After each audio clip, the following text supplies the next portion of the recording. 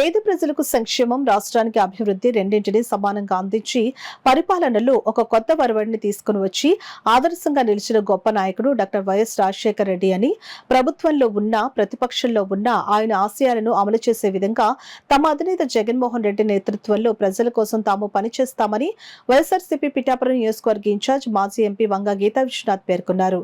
YS Rajasekhara Reddy 15వ వర్ధంతిని పిఠాపురంలో వంగ గీతా విశ్వనాథ్ ఆధ్వర్యంలో ఘనంగా జరుపుకున్నారు.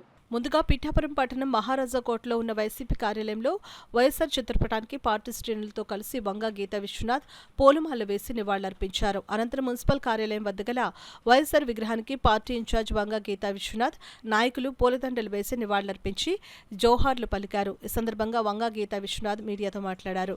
కార్యక్రమంలో పార్టీకి చెందిన ప్రజాప్రతినిధులు, నాయకులు, కార్యకర్తలు పెద్ద ఎత్తున పాల్గొన్నారు.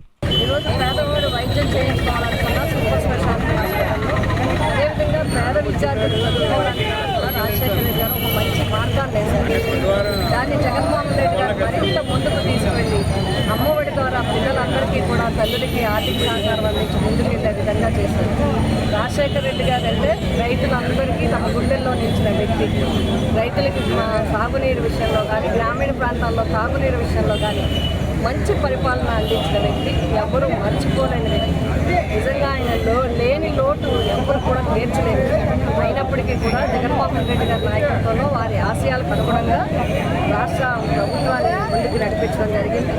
సరే, అధికార మార్గంలో అధికారం రాకపోయినప్పటికీ కూడా వైఎస్ఆర్ పార్టీ మొత్తం అంతా కూడా ప్రజలకి ఎన్నంటి ఉంటుంది.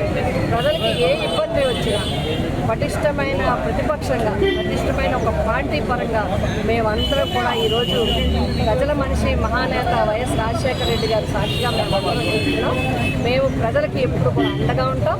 వైఎస్ఆర్సీపీ ప్రజలకి ఎప్పుడు కూడా అండగా ఉంటుంది. ప్రజలకి ఏ సమస్య వచ్చినా కూడా మేము ముందుండి ఆ సమస్య తీర్చడానికి